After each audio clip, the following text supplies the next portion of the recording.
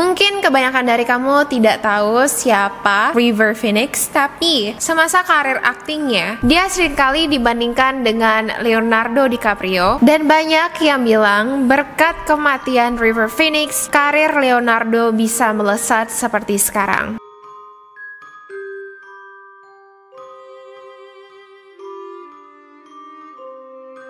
Hai sayang, welcome back to another episode of YouTube and Chills. Nama aku Yuvi dan hari ini aku mau ngebahas tentang misteri kematian River Phoenix. Nah, kalau kamu udah nonton di video aku yang sebelumnya di mana aku ngebahas tentang klub paling populer tahun 90-an yaitu The Viper Room, kamu pasti udah setidaknya tahu sedikit tentang gimana sih River Phoenix meninggal ya. Nah, karena ada banyak dari kamu yang request aku untuk ngebahas tentang River, I'm doing this video and today aku bakal ngebahas dari background masa kecilnya dan apa sih yang menginspirasi dia untuk menjadi aktor hingga alasan kematiannya yang menurut banyak orang itu bisa dihindari. Penasaran? Make sure to keep on watching.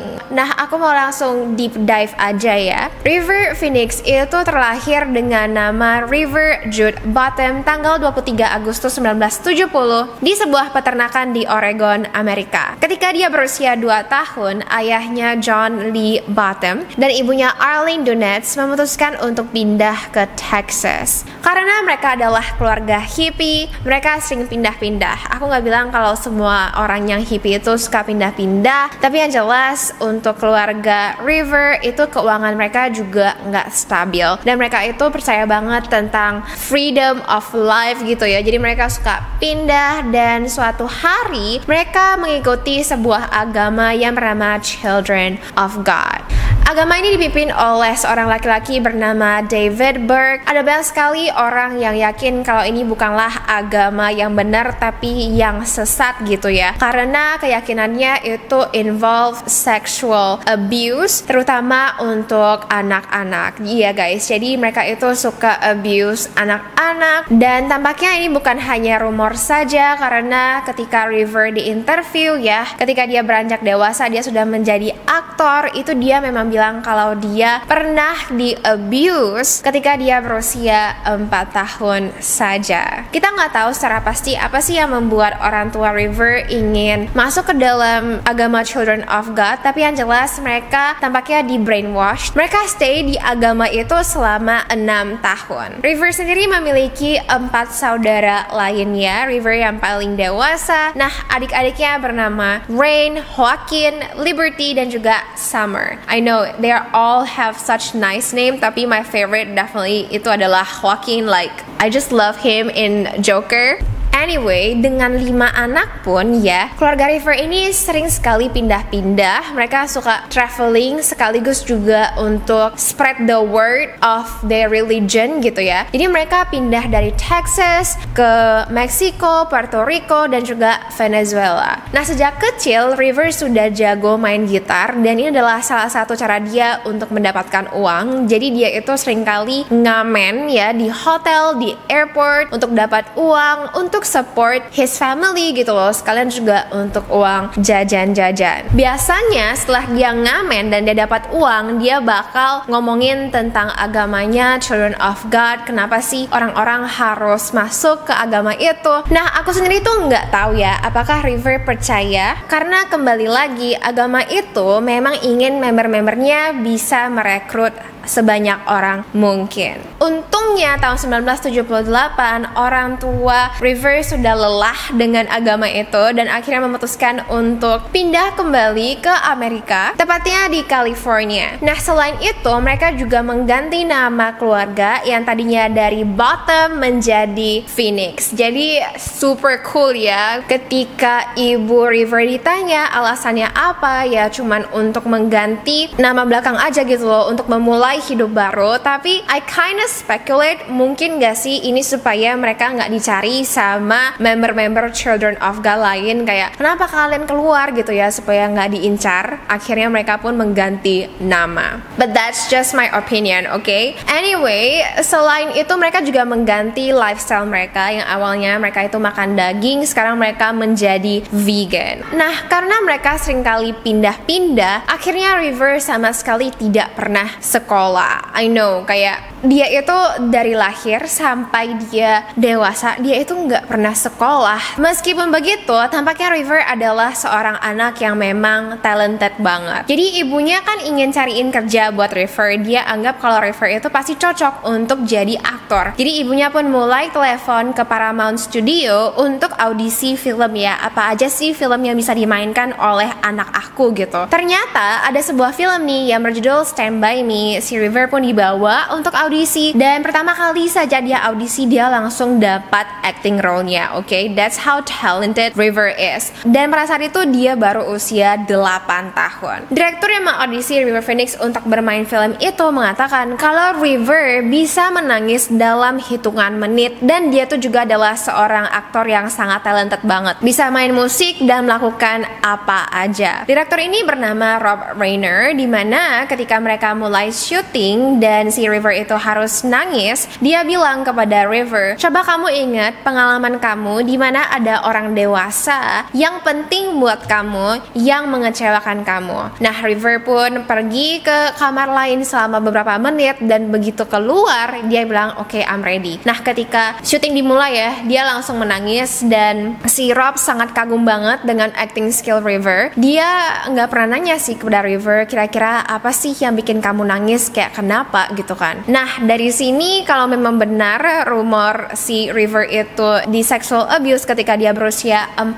tahun, that's really traumatic, okay, for such a kid. Dan instead of dia itu melampiaskan dengan yang buruk, dia malah menyalurkan traumanya itu ke acting. So that's like really amazing. Dan satu hal lagi ya, nggak hanya pengalaman pahitnya saja ketika dia dan keluarganya masuk ke agama Children of God, tapi ternyata ayah River itu adalah seorang alkoholik. So ya gitu loh, River itu nggak punya hidup yang mudah gitu. Tapi untungnya setelah suksesnya film Stand By Me, 2 tahun kemudian River Phoenix kembali bermain di film terkenal yang berjudul Running on Empty, dan di tahun 1991 dia acting di film My Own Private Idaho dengan aktor Keanu Reeves. Nah, jadi Keanu Reeves itu juga sangat dekat ya dengan River. Sekarang aku mau tunjukin ke kamu apa sih opini Keanu tentang River Phoenix. River the best, he's the god, man, he's the king. I pray at the Church of River Phoenix.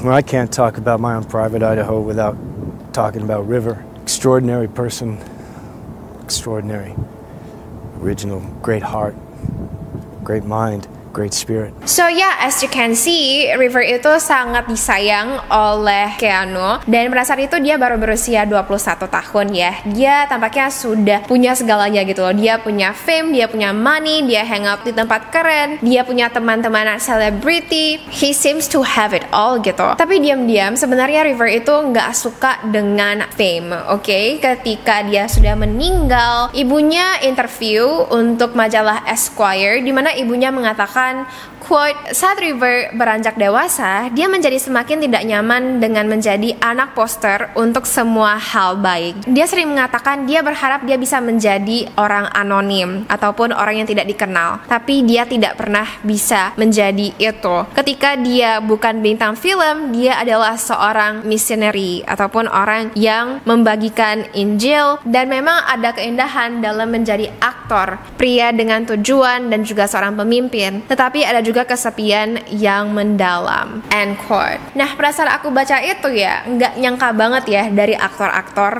Kebanyakan kan aktor tuh they love the fame, tapi not River Phoenix. River itu dikenal sebagai aktor yang sangat down to earth banget, dan dia itu beneran apa adanya aja. From this video, you'll be able to tell more about his personality. When like your character, it might be time to. Don't say that, please. Okay, I won't. I'm trying to ignore that about me getting old. God. I wouldn't say old. I just turned 17. Time you were up for an Academy Award, and Kevin Kline was up, and Kevin won. Bastard. Bastard. What did you? Everyone on this set, everyone has said the same thing. You're terrific. You're a terrific actor and a wonderful kid. That's true. Really? Everyone, yeah. How much did you pay him? Yes, I know kelihatannya dia itu ceria-ceria aja dan juga happy-happy aja di interview. Meskipun River itu tidak suka dengan fame, tapi ada satu hal yang sangat memotivasi dia untuk acting terus. Jadi aku kan ada bilang ya kalau ayahnya itu adalah seorang alkoholik. Jadi sejak si River itu acting, dia mulai menjadi tulang punggung keluarganya. Dia merasa bertanggung jawab untuk bisa menafkahi keluarganya, put food on the table, dan juga make sure adik-adiknya itu nggak end up kayak dia. Kenapa? Karena si River kan nggak pernah sekolah. Jadi dia itu ingin sekali adik-adiknya itu semua sekolah. Di tahun 1992, River pernah curhat kepada ceweknya yang pada saat itu ya, dimana dia bilang seperti ini, quote, "Aku hanya perlu main satu film lagi supaya aku bisa punya uang untuk adik aku yang paling kecil bisa kuliah," end quote. I know, jadi dari sini kita bisa lihat tampaknya dia itu memang ingin acting supaya dia bisa punya uang untuk menyekolahkan semua adik-adiknya. So good, kayak he is such a good person. Dari sini kita bisa lihat personality River Phoenix. Nah, cewek yang aku maksud tadi, dia itu bernama Samantha Mathis. Dia juga adalah seorang aktris, di mana tahun 1992 dia syuting film yang berjudul The Thing Called Love dengan lawan mainnya River Phoenix. Dan sejak saat itulah mereka mulai pacaran. Samantha sendiri dibesarkan oleh seorang single mom ya. Jadi meskipun background keluarga River dan juga Samantha enggak 100% sama, tapi tampaknya mereka share the same masa kecil yang suram gitu loh. Makanya mereka bonding dari sana. Dan seingat Samantha, sejak dia pertama kali pacaran dengan River itu sama sekali nggak ngedrugs. Dia itu healthy banget, dia itu vegan, dan seringkali mereka pergi ke Florida untuk hangout dengan keluarga River sama adik-adiknya. Mereka makan-makan, hangout gitu. And they seem to have a really good, happy, peaceful life gitu loh di Florida. Nah, alasan kenapa adik-adiknya itu pindah ke Florida karena meskipun mereka adalah aktor dan juga aktris ya, ibu mereka yang bernama Arlene itu melihat kalau kehidupan di Hollywood itu wild banget. Apalagi untuk selebriti ya, tampaknya Hollywood bukanlah tempat yang ideal untuk tinggal gitu. Jadi akhirnya Arlene pun membawa semua anak-anaknya untuk pindah ke Florida. Even River juga ikut pindah gitu loh. Nah, tapi karena River harus syuting di Hollywood, si River sendiri seringkali bolak-balik dari LA ke Florida. Nah, biasanya kan si River itu setelah dia syuting, dia bakal kembali ke rumah di Los Angeles sama keluarganya dulu kan. Tapi sejak keluarga pindah, akhirnya dia itu mulai tinggal dengan teman-teman selebriti lainnya. Nah, salah satu teman baiknya itu adalah seorang musisi dari grup band Hot Chili Peppers, seorang laki-laki bernama John Frusciante. Awalnya oke dong ya, kedengarnya tuh nggak masalah gitu kan. Si River tinggal dengan teman-teman selebriti lainnya, dengan orang-orang kreatif di Hollywood gitu. Masalahnya orang-orang kreatif ini, musisi-musisi zaman dulu ya, aku nggak tahu sekarang masih atau enggak, mereka itu seringkali menggunakan drugs untuk mendapatkan inspirasi. Di saat itu, obat-obat yang terkenal saat itu adalah heroin dan juga coke. Dan pas banget, John ini adalah seorang junkie, dia itu udah drug addict gitu kan. Nah, karena si John ini juga adalah teman si River punya satu keinginan gitu ya. Dia ingin membantu temannya keluar dari kehidupan drug tersebut. Dia yakin sekali kalau dia bisa bantu teman-temannya. Tapi bukannya dia membantu, makin lama dia sendiri jadi terjerumus ke dalam dunia itu, dan dia pun sendiri mulai memakai heroin dan juga coke. Di akhir video nanti aku mau ngebahas tentang satu term psikologi yang mungkin mendeskripsikan alasan kenapa River itu pingin bantu temannya banget, padahal udah jelas-jelas temannya itu not good influence gitu ya. Nah, akhirnya si River itu makin pakai, dia makin candu, sehingga salah satu temannya bernama Bob Forrest mengatakan kalau River itu bisa nggak keluar rumah dan juga nggak tidur, sama-sama ngedrugs sama si John berhari-hari. Bayangin berhari-hari nggak tidur dong, hebat banget, tapi juga at the same time so scary. Nah, ini berlangsung selama berbulan-bulan ya, hingga akhirnya pada tanggal 30 Oktober 1993, satu hari sebelum malam Halloween, si River bersama dengan pacar pacarnya Samantha dan juga adik laki-laki River, si Joaquin Phoenix, itu pergi ke The Viper Room dan mereka party di sana. Tapi nggak sampai setengah jam aja sesuatu buruk terjadi kepada River. Jadi menurut Samantha, begitu mereka semua masuk kan ya, Joaquin tuh kayak pencar gitu loh. Jadi tinggal si River sama si Samantha. Gak lama Samantha pingin ke toilet, jadi dia pergi ke toilet, dia tinggalin si River sendiri. Abis itu dia nggak lama dia keluar dari toilet. Pada saat dia keluar dari toilet, dia melihat kalau River itu lagi kayak dideketin sama cowok lain gitu loh. Kayak mereka deket-deket gitu dan tampaknya mereka mulai kayak bertengkar gitu ya. Sehingga ada satu bouncer yang datang dan tarik dua laki-laki itu lalu mengeluarkan mereka dari The Viper Room. Nah, Samantha pun langsung nyusul. Tapi begitu dia sampai di luar klub, dia melihat kalau si River itu udah di lantai, udah di aspal, kejang-kejang gitu kan. Nah, dia pun langsung panik dan dia langsung masuk kembali ke The Viper Room untuk cari Joaquin. Joaquin keluar, lalu Joaquin telepon 911 untuk datang. Tapi sayangnya begitu ambulans datang, si River sudah meninggal. Hey, I'm calm, but he's having seizures. Get over here, please. You must get over here, please. Okay, take it easy, okay? Okay, now I think he had Valium or something. I don't know. Please, because he's dying, please. Nah, hasil otopsi mengatakan kalau River meninggal karena overdosis heroin dan juga coke. Tapi menurut Samantha, dia bilang kalau pada saat kita masuk ke The Viper Room itu si River masih oke-oke aja. Aku yakin banget di dalam Viper Room lah, dia itu baru mengkonsumsi heroin yang banyak, makanya dia overdosis. Pas kita masuk tuh dia masih oke gitu loh, meskipun udah high tapi masih oke gitu. Nah, ketika keluarga River ingin melihat CCTV dalam The Viper Room, manajemen bilang kalau CCTV-nya itu sudah dihapus, sudah nggak ada gitu ya. Nah, ini pun yang membuat orang-orang awalnya tuh berspekulasi kayak, oh my god, apa sih yang mereka rahasiakan, kenapa CCTV-nya tuh bisa otomatis hilang gitu ya. Seakan-akan mereka itu nggak mau kasih publik lihat gitu loh, nggak mau kasih polisi lihat sebenarnya apa yang terjadi kepada River, apakah laki-laki di sampingnya itu ada hubungannya dengan kematiannya gitu kan. Tapi setelah aku mikir-mikir lagi ya, make sense ya kenapa manajemen itu nggak mau tunjukin CCTV di The Viper Room, karena kan lagi-lagi Viper Room itu kan adalah sebuah tempat yang menjaga privasi tamunya banget gitu ya. Dan karena itu aku yakin banget pasti dalamnya itu ada banyak sekali orang yang melakukan hal-hal yang ilegal yang kalau misalnya di-expose itu bakal merusak reputasi mereka. Apalagi mereka itu adalah selebriti papan atas. Kalau misalnya reputasi mereka hancur, they will not get work, okay? They will not get any more acting gigs. So aku yakin CCTV-nya itu masih ada, cuman karena request dari tamu-tamu di sana, akhirnya CCTV pun nggak ditunjukin. That's my speculation. Aku pengen tahu juga opini kamu di comment section di bawah tentang ini. Tapi yang jelas sedihnya itu adalah River Phoenix meninggal ketika dia baru usia 23 tahun. Dia baru aja terkenal, dia belum sempat berkeluarga ya. Sayangnya dia itu udah meninggal gitu. Dan baru-baru ini, tepatnya tahun 2020, Joaquin Phoenix baru memiliki seorang bayi ya dengan fiancenya si Rooney Mara, dan si Joaquin itu menamakan bayinya River. So it's like really touching to me, kayak wow, dia tuh terpukul banget ketika dia melihat abangnya sendiri meninggal di depan kepala matanya sendiri. And yeah, like this time like he get to name his son River gitu. Nah, sekarang aku mau ngebahas tentang spekulasi kira-kira apa yang menyebabkan kematian River. Ini hanya spekulasi aja ya dari yang aku baca di internet, oke? Jadi ada yang bilang kalau laki-laki yang berada di The Viper Room malam itu di samping River itu adalah temannya sendiri, yaitu si John yang dari Hot Chili Peppers. Jadi apa yang terjadi adalah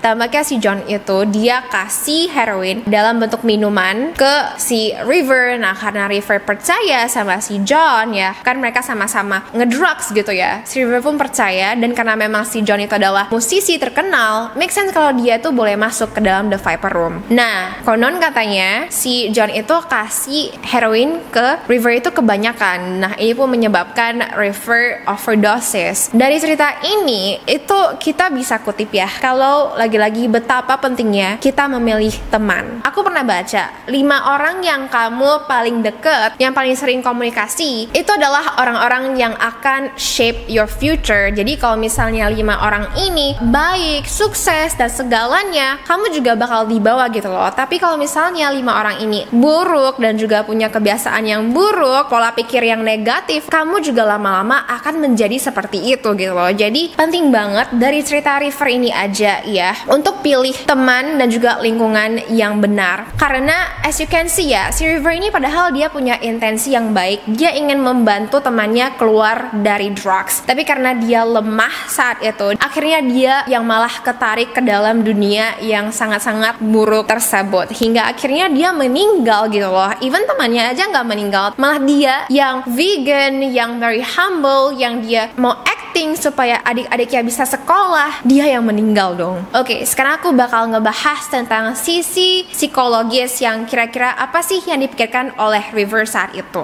Nah, aku mau disclaimer dulu, ini tuh bukan diagnosis formal tentang River Phoenix. Ini tuh semua dari pengalaman aku dengan seseorang yang punya kompleks ini, dan dari cerita River kayaknya aku bisa menghubungkan mereka berdua gitu ya. Menurut aku ya, kayaknya si River itu dia punya savior complex. Dari Kompas, savior complex adalah sikap yang berorientasi untuk membantu dan menyelamatkan orang lain secara berlebihan. Seseorang dengan savior complex memiliki kebutuhan untuk mengatasi masalah orang lain, terlepas apakah orang lain itu menginginkan bantuan atau tidak.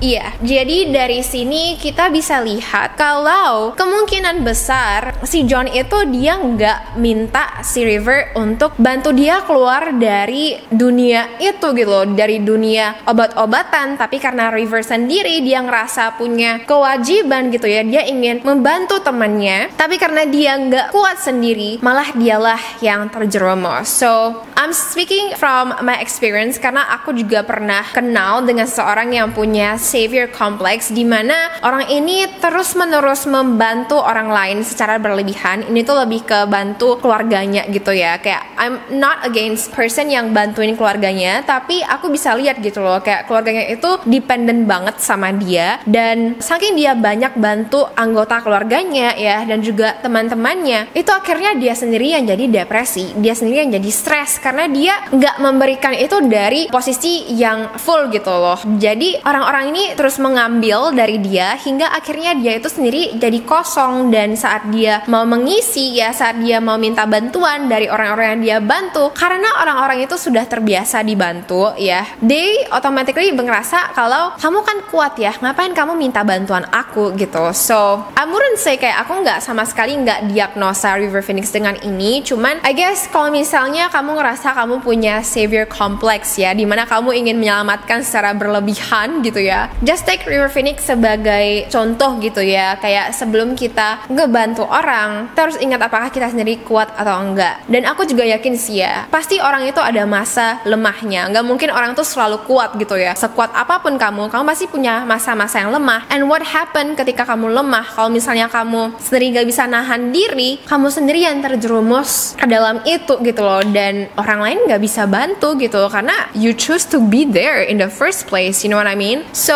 ya guys, kita semua punya pilihan. Make sure untuk pilih yang terbaik, pilih yang positif. Jangan sampai kita itu terjerumus ke dunia yang negatif, padahal awalnya itu kita baik gitu, you know. So yeah guys, I hope that this video helps you, or like you enjoy this video. If you do, make sure to thumbs up. Hari ini aku pakai lipstick dari You Beauty. Ini tuh adalah lip cream. It's like a rouge matte lip cream. Warnanya itu adalah kindness. Okay, like so on topic gitu ya, like stay kind. My lashes is from Her Lash, tipenya itu adalah frog. So yeah guys, I love you so much. Stay kind, stay healthy, stay vigilant, and yeah, surround yourself with good people. Okay, I love you, and I will see you in my next video. Bye.